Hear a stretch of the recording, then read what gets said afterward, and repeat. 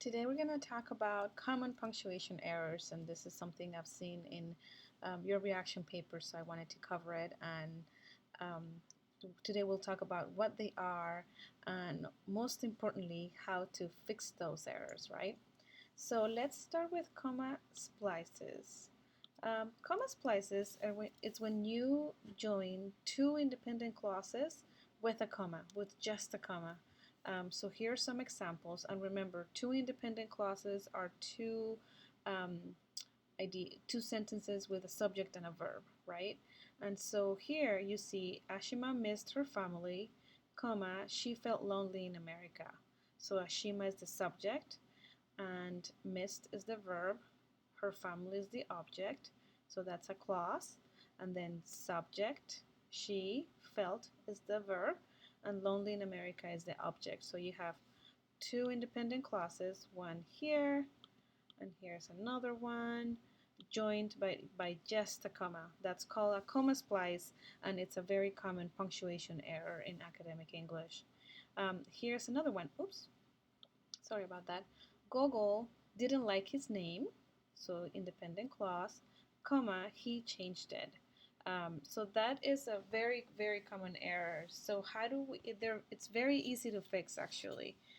So the first thing that you can do is a coordinating conjunction, so you can make it into a compound sentence. Remember, coordinating conjunction is the same as, if you remember, fanboys. They're all those words that you can use to join two independent clauses. So, for example, F is for, and, nor, but, or, yet, or so. So for example, in the first one, we added a coordinating conjunction. Ashima missed her family, comma, and she felt very lonely. Oops, I missed a period here. So this is a compound sentence and it's a complete sentence. It's not a comma splice anymore. You can also add a subordinating conjunction. So you can make it a complex sentence. So for example, because Gogol didn't like his name, comma, he changed it. You could also say Gogol changed his name because he didn't like it. You can switch the clauses, and but using a subordinating conjunction is also another way to correct a comma splice. There's one more where you can add a semicolon. So a semicolon is this punctuation symbol. And this is only use this if the ideas are related to each other. If they're not, then just put a period. So for example, Ashima missed her family, semicolon, she felt lonely.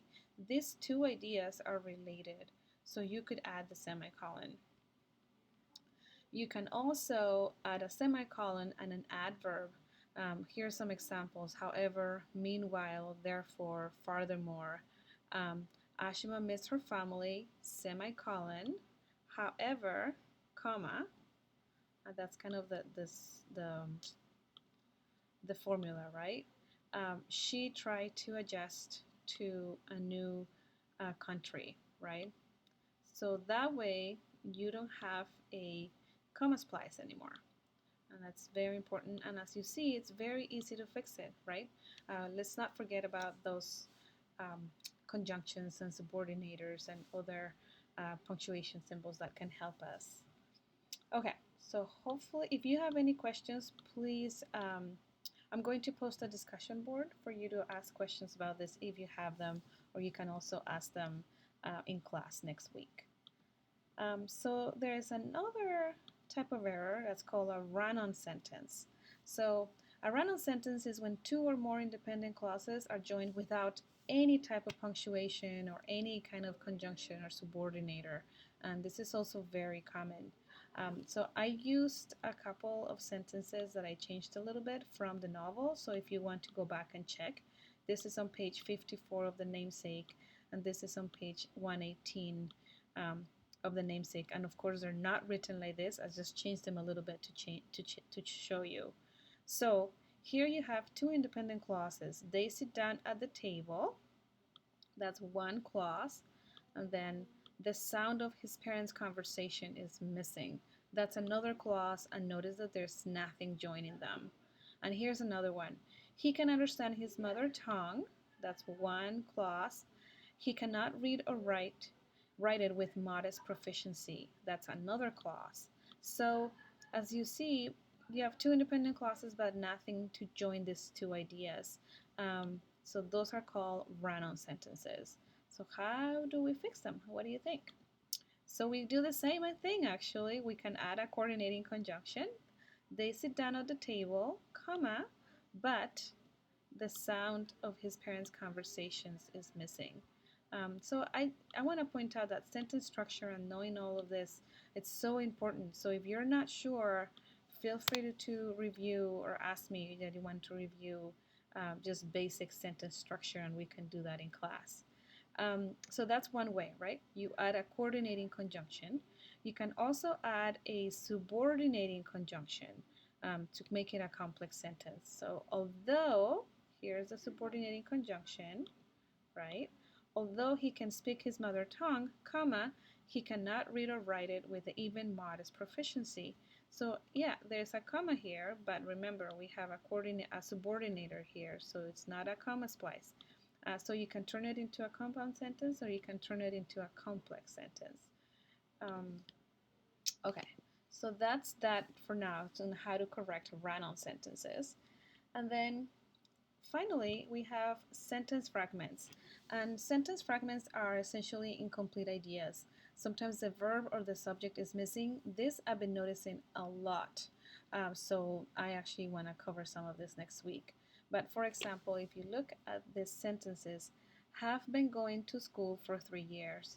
There's no subject, so this is a fragment because the subject of the sentence is missing. I don't know who did this action, right? And here is the teacher who said that grades don't matter. It's a complete idea, right? Because you have, this is a dependent clause, right? So we're going to put it in green.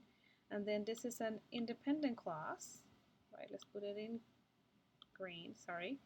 So you have this clause, but there's no verb for this subject, right? So it's also a fragment. You have to complete the idea. And then here, because I love to read and write, this is not a complete thought, so you have to fix that, right? So how do we do that? Here's some examples. You add a subject. Jessica has been going to school for 3 years, right? So now you have a subject. Let me underline this for you. You can add a verb. The teacher who said grades don't matter was trying to make me feel better. Now you have a subject, a verb, right, for this subject, right? And you still have, this is called an adjective clause. Or add a complete thought. And I thought you guys would love this sentence. Because I love to read and write, comma, I enjoy writing reaction papers. So then now you have the reason why um, the reason you enjoy writing reactions papers is because you love to read and write. So hopefully this helps you. Final tips. Revise and editing are important steps. So as you write your reaction papers and as you start to write more, it's very important to not just type it one time and then post it. Take time to look at it, to read it, to make sure that you don't have any of these errors. So you should probably type your paper and then read it 1 or 2 times just to make sure that your sentence structure and your grammar is correct, and obviously your punctuation. Review sentence structure. So we talked about compound sentences, complex sentences. So if you want to, you can go online and find some exercises. We can always cover it in class if you want to, but knowing sentence structure is very important to be able to do this step of revising and editing. So that you can look at each sentence and say, okay, do I have a subject? Do I have a verb? Should I make it a compound sentence? What coordinating conjunction can I use? What subordinating conjunction can I use? So it's very important that we review this, and now again, I'm happy to do that. And then it takes a lot of practice. Revising and editing, you might not think it's important, but it's probably one of the most important steps in writing for academic purposes. Once you go to college, a lot of you guys have to be revising. So this is a good practice to do this quarter. Just review and review and review and review. So for your hopefully, I hope this is helpful. And for your for your 10 perfect sentences this week, I want you to go back to any of the writing that you have done. You can look at your reaction papers, you can look at your discussion posts, and I want you to write 10 sentences, 10 perfect sentences with correct punctuation. So you shouldn't have any of these three errors that we talked about. You shouldn't have any comma splices, you shouldn't have any random sentences, and you shouldn't have any fragments. And also remember that all the sentences have to have perfect grammar, um, perfect sentence structure. And so I will post that assignment on Canvas right after I'm done posting this video. And your sentences are due on Tuesday. So make sure you bring those. And then if you want me to check any of your perfect sentences from last week, you can send them to me via Canvas, or you can also bring them on Monday. And I'll write this again on Canvas so that it's clear. Okay, thanks and have a great weekend. Bye.